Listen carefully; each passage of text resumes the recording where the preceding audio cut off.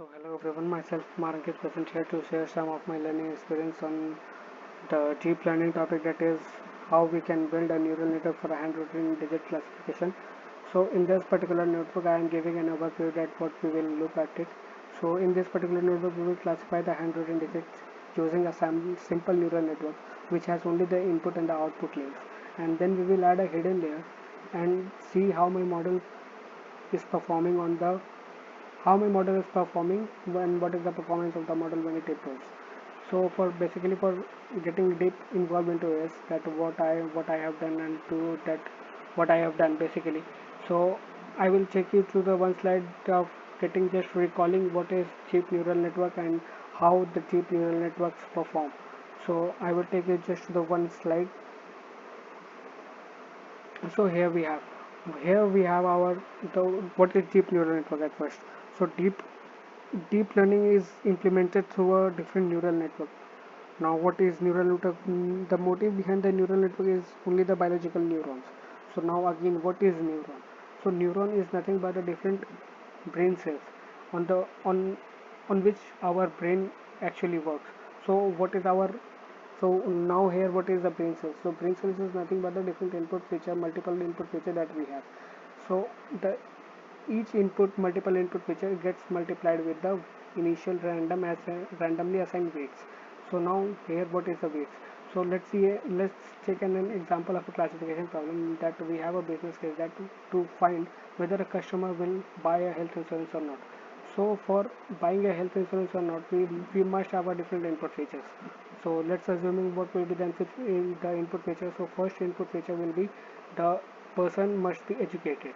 So he must be aware about the health insurance, then what is the benefit of taking the health insurance, and then second input feature will be he must be employed. So he must be working in order to pay the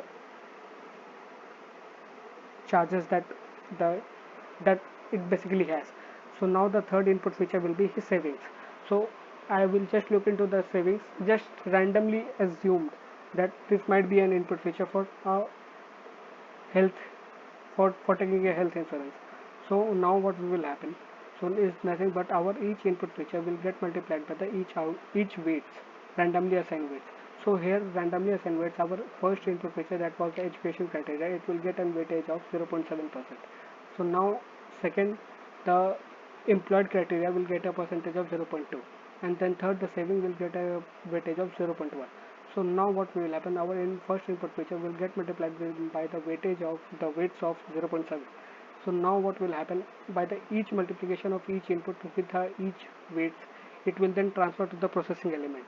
So this is the processing element that we have. Now the second input feature will get multiplied by the second weight and it will transfer to the processing element, and then similarly the third input feature will get multiplied by the third output and then it will transfer to the processing element. So after getting multiplied with the each input with the each weights, it will transfer to the processing element. So now what is the processing element? Processing element is nothing, just a summation of your input and your weights. So after getting a summation of the inputs and weight, it will transfer to the activation function. So here is what we have, our activation function. So now what is activation function? So talking about the activation function, it is nothing but in order to provide the threshold value. So if the output is above the threshold value, then only the neuron will fire, otherwise it will not fire. So in that case what we happen, we can use our step function as an activation function, or we can have a sigmoid function. So here we have a three types of activation function that we will particularly see, and it's now, and again it's basically depend on the data set that we are using. So it is particularly up to us that what type of activation function we are using. So in this case we will have our activation function as a sigmoid function. So what will happen, I'm just telling you now, this each multiple inputs will get multiplied by the each weights, and then it will transfer to the processing element. Now processing element, what it does just a summation of your inputs and output, and then it provides to the activation function. Now activation function, what it does, it will just do take out the threshold value and see whether the actual value is above the threshold value or not. If it is above the threshold value, then the neuron will fire, and if it does, and if it not, then it will not fire. And in that case, we will the what is what whatever will be the our output. So our output will be get compared by our actual with our desired output. If both actual and desired output are same, then it is okay, and if not, then it will we will again go to our weights, and then again we will update that, and then again, and now updation, the updation of the weights, how it happens, it just basically happens on the basis of the our older weights, and get the summation of the newer weights. So whatever there whatever there will be the difference of the newer and the older weights, and then on the basis of that difference our weights will be get updated. So we will repeat this task till then when our output, the desired output, is as same as the our actual output. So here is what how deep learning works. So here we have an input variable, we fit a different hidden layers. So why we fit a hidden layer? We fit a hidden layer just to get a better accuracy. And then what it does, we can see that each input feature is getting interconnected with each hidden layer. So here every input feature is connected. Now here we can see the first input feature is connected to this hidden layer, this is also connected to this hidden layer, and this is also connected to the middle hidden layer. And again the second input feature is connected with the first hidden layer, and the second input feature is connected with the second hidden layer, and as the third was same. So what it does, that now the second hidden layer is also connected to the third hidden layer, and then so on the process happens. And then we get our output. So whatever our output will be, then it will compare our actual value and our desired value. If it is same, then it is okay, then, and if not, then we will find the difference of it, whatever the difference will be, and then again we will go to our weights, and then we will update that, and then again it will transfer to the processing element, and then again it transfers to the activation function, and then again the process happens. So this is what deep learning works. So now basically our activation function is of three types, as I have told. So the three types of activation function is sigmoid first, that is sigmoid function. The second is sine function, and the third is step function. So we can use whatever activation function we want. It just basically depends upon the dataset that we are using. Okay. So after getting this, a quick gist of what is deep learning and how it works. So I have told about what is activation function. So now I will just take you to the codes that we have. So now here, so as we can see, so we are building a simple neural network that will only have an input and output feature. Then we will build a hidden layer as that I have shown. So for this I am just importing my TensorFlow HTF, and then from TensorFlow I am importing Keras. So just a code for that, from TensorFlow import Keras, and then I have imported a matplotlib that we are much familiar with this matplotlib in Python as well. So importing a percentage matplotlib in line, this also we are familiar with, and then numpy. Again, it is not that code that I should repeat. It is much familiar. So now what we are doing, we are providing our extend y-train and extend y-test as we were providing it in train test split in the machine learning. So what we will do, we will just provide our extend y-train and extend y-test, and then we will provide equal to, and then from Keras we will import our dataset that is inbuilt present in it, that is MNIST dataset. So our machine learning model, that is our machine learning model also has some inbuilt dataset in it. So now here also Keras has also inbuilt dataset, that is MNIST dataset. So we will load that. So after loading dataset, here we can see in output that it is getting downloaded from the Google APIs, that is from TensorFlow and then from Keras. So it will extract and download that, and then after downloading is completed, I am just providing the length, supplying my length. Then I want to see what is the length of my X string. So here it is giving me the output as 60,000. So I came to know that yes, okay, my output is 60,000, and then I want to just check what is the length of my X test that I have. So I am just providing again the length of X test, and in output we can see the length is 10,000. So we got a gist of that, the length our extend is 60,000 and the X test length is our 10,000. So now what I am doing, I just want to know what is the shape of my extend. So for doing that, just giving this simple code extend.shape, and it will give me the output that extend has a total length of 60,000, and it has a shape of 28 by 28. That the image classification, that the image we have, that data, the mm, handwritten digits that we have, it is in a shape of 28 by 28. So now loading a data set, loading all necessary libraries, loading data set, checking the length and checking the shape, and here we are again checking the shape of the X test.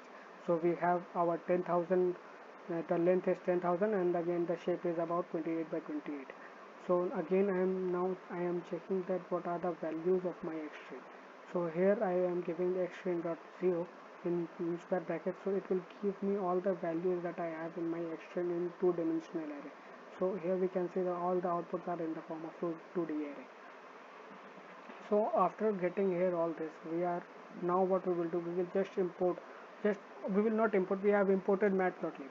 So now here for importing in machine learning earlier, we were importing matplotlib.plt, and then we were using a plt dot function, any graph that we want to print. So similarly in deep learning I will just use a plt.matchshow. So again I am plotting inside the parenthesis, I am providing my action that I want to see the value of my action for the zeroth position that I have. So what is the zeroth position of of the handwritten digit that I have? It is, here we can see in output, it is looking like a 5. So we have 5 in our zeroth position, and the size is of 28 by 28. So as we have seen, as I have printed in the earlier code. So now what we will do, and again I am checking for the first position that I have.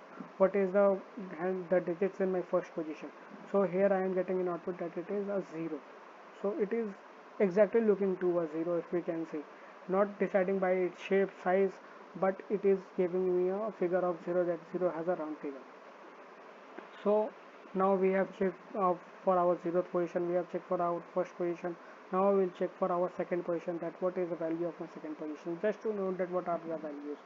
So again using this plt.matchshow, providing the action and then providing the second position that we have. So here in the output we are clearly good to see that it is a 4. So after getting this, now I have plotted this with the help of a matplotlib. Now again what if I have to just write a code for it and see what is the value for the second position, first position, or for any position. So what I will do, I will just provide my X string, sorry, Y string, and then I will provide inside the square bracket that is for the second position I want. So here it is giving the 4. So as you can see in output, as I can show you that for the second position earlier we have printed it for with a matplotlib. So it is giving me the 4 as an output. So again I am checking here with just writing a simple code for that, it is giving me a 4, and then I am checking for the first position, and then it is giving a 0. So as earlier I have also checked for 1 here, I have checked for the first position and the output is giving as 0.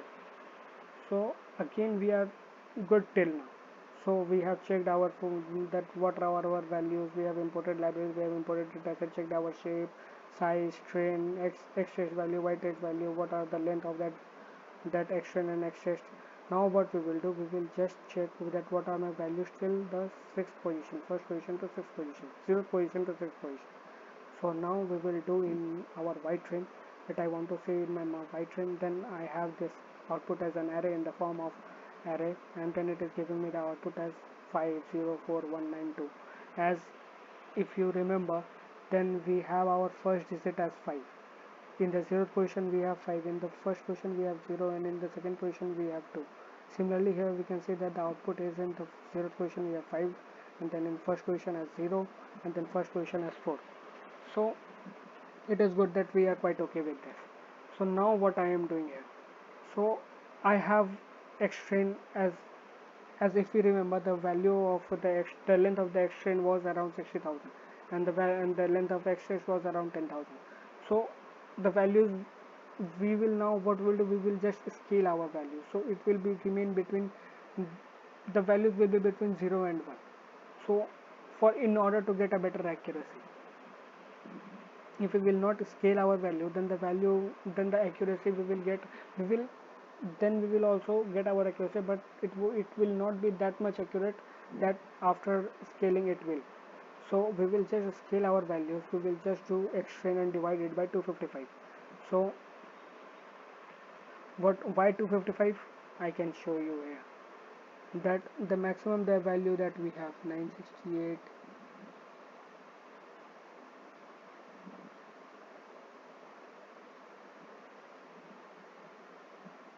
So okay, I will just tell you what, why it will, we are dividing it with 255. So for now, just we are dividing it with the 255. That is the total length. Wait, just a second.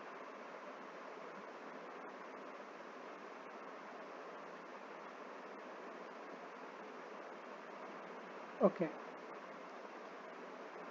253. And where is 253? So 253 is the highest value, I think. Yeah. So here in the output we can see we have our greatest value as 253. So we are increasing that by 2 and we are taking it by as 255. So it is good. Okay, so we are dividing it by 255, our extra and excess value. Now after scaling our value, I just want to see how my data point look like after scaling. So I am just providing my extra as for the 0 position, and then I am good to see that all the values is between 0 and 1. So now our data point has been scaled. So now we are good to go further. Now what we will do, just here what I am doing, I am just checking as a variable xtrain flatten. Now what flatten will do, flatten what it will do, it will just convert the 2D array, as what I have shown that earlier it was in a form of a 2D array. Yeah, here in xtrain it is in a form of a 2D array. So now for providing an input, we need to convert it into a one-dimensional array, as I have shown you in that slide. So here I can again show you these inputs in order to provide this kind of input, we have to convert our value of x string into one-dimensional array, that it is now in the form of a two-dimensional array. So again similar stuff that we are doing, we are just converting it by giving the reshape, the length of x string, and then what is the length, that it is in the form of a 28 by 28, that it is the actual size that it has. So we are just converting our 28 by 28 2D matrix into a 1D matrix, that is 28 into 28, that is 784. So now here we are getting that the value was our 60,000, and now it has become a 1D array. So dimensions now been changed. So after changing the dimensions, we are just, what we are doing, we are flattening our x test also. So again here a same, all same stuff that we have just provided here x test, we are just providing here x test in the absence of x string, and then we are giving the same, that it has also a 28 by 28 matrix, and then we will use x test and rest of flatten dot shape. So it will give me the value of x test was, I have shown it was 10,000, and 28 by 28 and 28 and 28 gives us 784. So now we are good to go, till now here we are really good. So after that, what I am doing, I am just checking the values of my x string for the position 0. So what it has now after converting it into a 1D array. So now here, we can see that all our values is between, as we have scaled, so all our values, and we have flattened also and converted it into a 1D array, so our values will be between 0 and 1. So it looks nice now, and it is in the form of a one dimensional array. So after flattening it, what we will do, we will build our model now. So our main motive, we came to our main motive, that is for building a model. So for building a model, what we do, we just provide, I am just checking as a model, and then I am providing keras.sequential. Keras.sequential helps us to build a model, and then we will use a keras.layer.dense. Okay, so in this we are providing our input parameter as 10, that it has a value from 0 to 9. So from 0 to 9 it actually takes 10 value. So I am taking it as 10, and then I am taking the input shape, that now after converting it into a one dimensional array, what is my input shape, it is 784. And then we are taking the activation function, as I have seen, as I have shown here in the slides, that it goes to the activation function after giving to the processing element. It transfers the values to the activation function, and activation function looks for the threshold value that it is either it is above the threshold value, then it will fire, and if it is not above the threshold value, then it will not fire. So for the same sorry so for the same I am providing my activation function as sigmoid function. Here I told that we have three type of activation function, that is sine function, and then a sigmoid function, and then we have test function. I think test function is sorry, step function, not test function. So we have step function. So here we will use our sigmoid function and providing our dense layer to it and providing the input shape to it. So we have built our model. So now what we have to do, we have to compile this model. So compiling means we have to provide the parameters for it. So we will provide an we will just provide a model.compile, and then we will provide optimizer equal to Adam, and then we will provide our loss. Loss is calculated by the categorical cross entropy. So we will give our sparse underscore categorical underscore cross entropy, and then we will provide our matrix as accuracy. And then after providing this parameter, just what we have to do, we have to fit our model to the X-train flattened, that what we have used here, X-train flattened. Here it is as X-train flattened. While flattening it, we have taken some random name for it. So here it is X flattened variable, so we will provide that X flattened, X-train flattened, and then we will provide our Y train. So we will sorry so we will just fit our model to train on X train and Y train, and then we are providing epochs equal to 5. So here what is epochs? Epochs is this text variable that is being shown, and that is it is the time taken, that is 2 seconds, and it is the 64 US by step, and then the loss is 72.7203, and then the accuracy at starting. So while starting we are getting the accuracy of 81%, so it is good now. So after the 5 epochs completed, then we are getting the accuracy of, here what we have the accuracy of 0.92, and our loss is 0.2573, and accuracy is good with here, that is 0.927. So on our training dataset we are getting the accuracy as 0.927. So for now what we will do, we will evaluate our model on the test data. So we are providing just model.evaluate, and then providing our X-test flatten, and then providing a Y-test also for evaluating a model.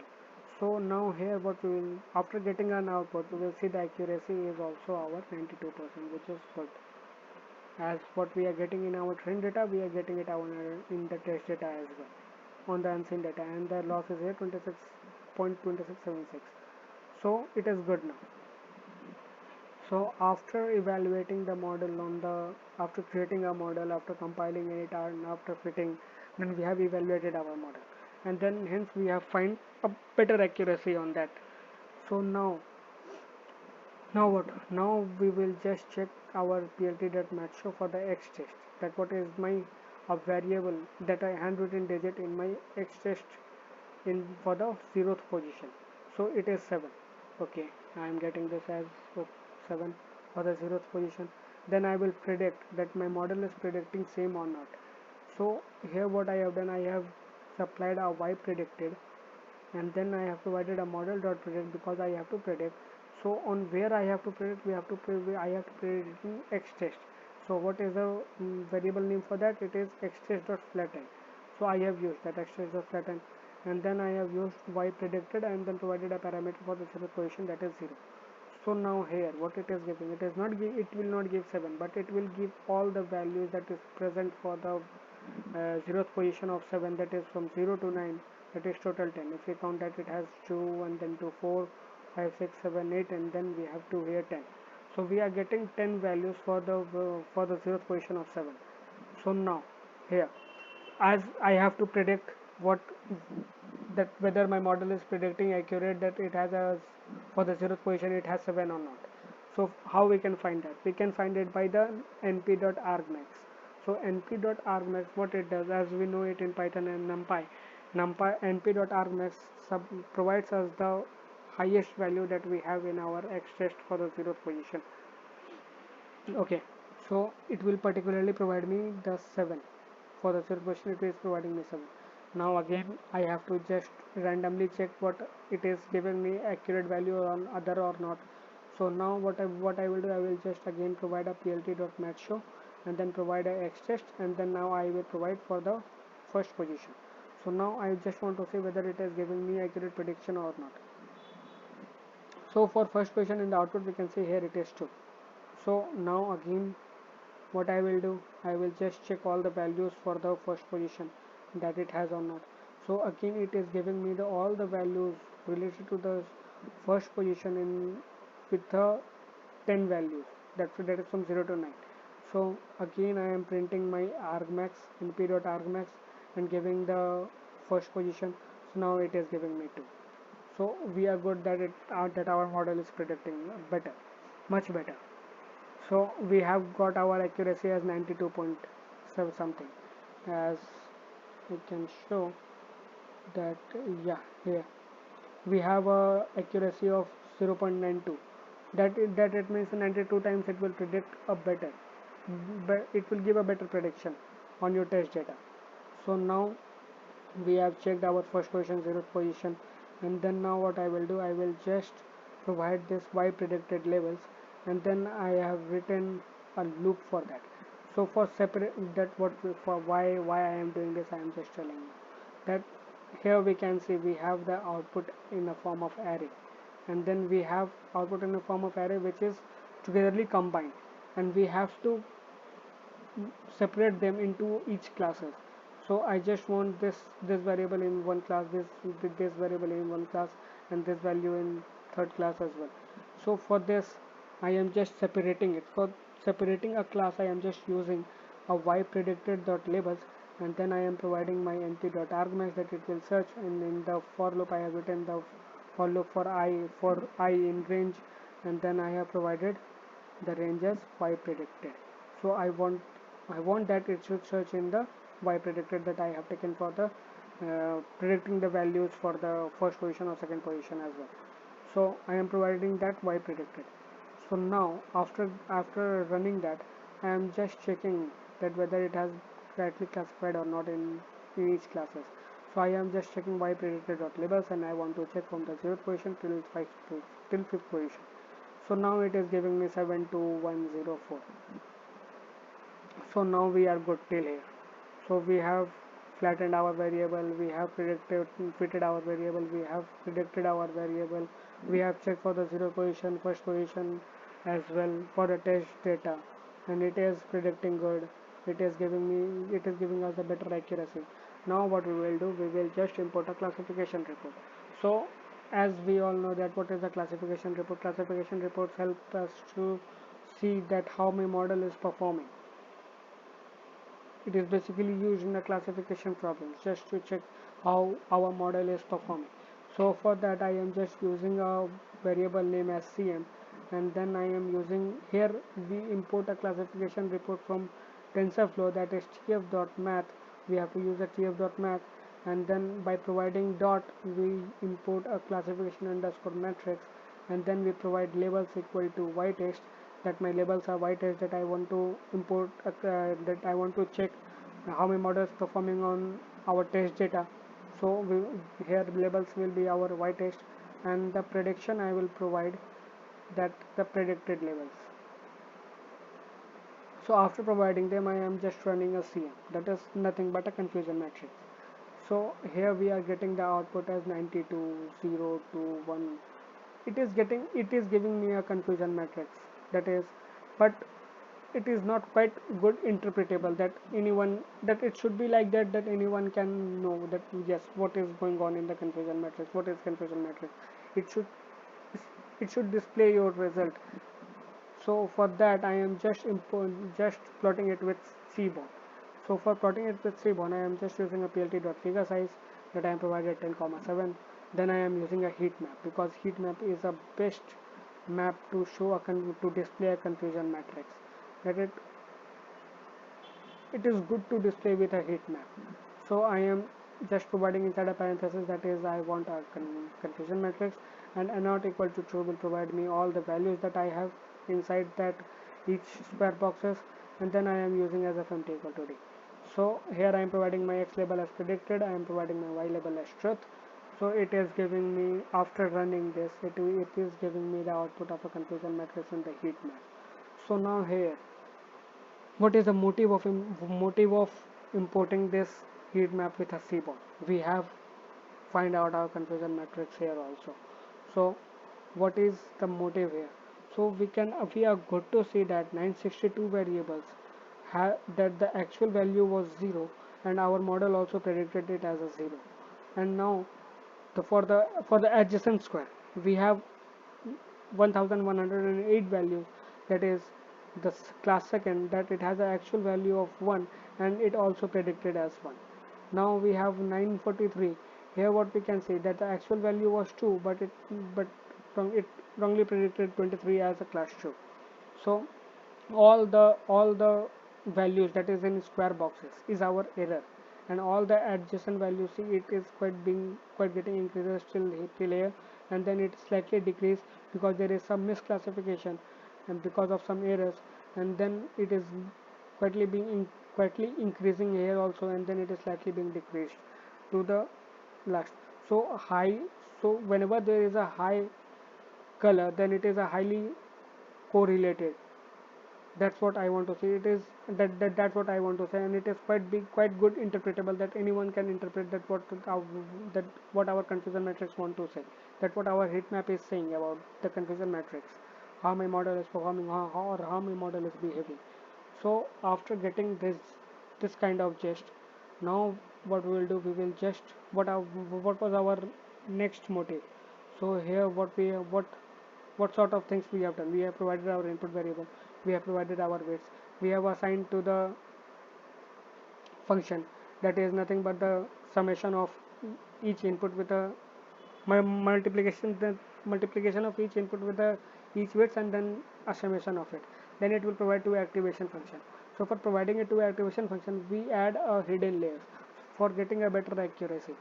So we will now provide a hidden layers to it. So for providing a hidden layer, what we are doing now, so we are just providing a model, giving a variable name as model, and then we will import it from keras.sequential. So it will help us to train our model. So here what we have keras.dense, and then we are starting with a initial number, that is that how many iterations you want. So I am starting with the as I have started taken the motive of taking 100 is that I have taken it just on the basis of the size that it has. It has a size of 784, so I have taken 100. Starting from 100, I have given the input shape as 784 and the activation function. So we know that activation function is our ReLU. So we are providing our activation function as ReLU, and then we are giving keras.layer.dense it, that it will provide a dense layer to it, and then we have a 10 value, that is 0.9, from 9, that it has a 10 value, and then we are using activation function as a sigmoid function. So we have given here activation equal to sigmoid, and then here what we will do, what we have seen earlier while building a model. So we build a model, and then we compile it. So here we have built our model, and then we have compiled it, and then we have fitted it. So similarly here also we have built our model. So after building a model, what is our next task, that we have to compile it. Compile mean we have to give a parameters to it. So for giving a parameters, wave optimizer equal to Adam, and then loss equal to sparse categorical cross entropy for finding out the loss, and then for taking out the matrix we have imported accuracy. And then after compiling, what we are left with only we have to fit our model. So we will fit our model in our extend flatten, that was our earlier variable that I have assigned, variable name to assign, that I have assigned while flattening, and then we are providing it to ytrain as well, and then I am providing epochs equal to 5, that I want a 5 iterations for it. So here epochs provide all this textual value, that how many how what is the time that it is taking, that, and then what is the loss for it, and then what is the accuracy for it. So particularly it is giving me a 5 iterations. So here we can see epoch 1, epoch 2, epoch 3, epoch 4, and last ending is epoch 5. So in ending we can see that accuracy is our 98%. At earlier it was 97 something, 97 or 95 something. At epoch 5 we were having a value of, here we can see the accuracy was 92%, and then while adding a dense layer our accuracy has increased to 97%. Where it is, yeah. So here we can see that accuracy has increased till 98%. So we are now much accurate with our predictions. So that our model has quietly good trained. So after training a model, what we do? We predict our values on what we predict our values on X test, and for predicting we use model.evaluate. So earlier in machine learning we were using model.predict for predicting, and then here we are using model.evaluate to predict our X test value. And what is the total full name? That it is a X test.flatten, and we are providing our Y test as well. So for evaluating this, here we can see it will be of 1 epoch iterations, and then loss is our 0.8, and then accuracy is our 97%. That it is quietly a better accuracy that it is giving in our exchange data. So here what I have done, I have again imported again build our model, and again I have compiled it, and this time I have provided my fitted my model and provided the epochs equal to 4. Just I wanted to see by changing my epochs does my accuracy changes or not. So for doing that I am just good here with accuracy equal to 98%, and on our training data, and while training on our data we will just evaluate in our test data. So I have provided here X test flatten, nothing new code, it is just repeating all and again. So here we are getting our accuracy as 97%. It means that while decreasing our accuracy, decreasing our epochs, our it doesn't affect on our accuracy much. So it is still we are getting 97%, so we are good to go. So for further what I will do, I will just import a confusion matrix for it. So for confusion matrix, now here we can see that the errors has been decreased now. In the black boxes earlier it was many errors. So as I can show here, we have this black boxes that is called an error. So here we have 4 2 2 9 11, and here we have the, it was full of the some numeric values. But after getting a dense layer, after having a number of epochs, after adding a dense layer, our confusion matrix, my model is performing much better now. So how we can say our model is performing much better or not? It will only can be seen when the other black boxes the value has been decreased to 0. So here we can see that earlier we were having a 988 value that the right classes was 0, and it actually predicted 0. And here in we have 1111, the right class was 11 and it also predicted as 1. Sorry, the right class was 1 and it also predicted as 1. And now for the third we can see it is 1002.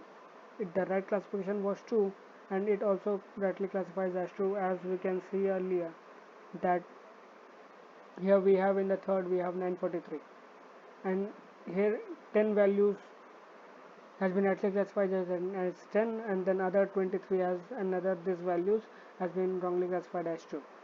But here in our after adding a dense layer we can see the value has increased to 1002, and then here the error is also been decreased. So we are good now that our error has decreased, and it is giving us a better prediction on our test data. So now what I will do, I will just again one at the previous code I have decreased my iteration. So as we can see here iterations was 5, here the number of epochs was 5, here the number of epochs was 5, and then here we have the epochs equal to 4, and then again here I have increased my epochs, that is I have provided epochs equal to 10. So now this time again this is all same, I have built my model just a same function, and then I have compiled it just the same, and then just I have changed, that is this epoch, I have changed it to 10. So now after changing the epoch to 10, it is giving me a better accuracy, that it has 0.99% of accuracy. So I have trained my model better.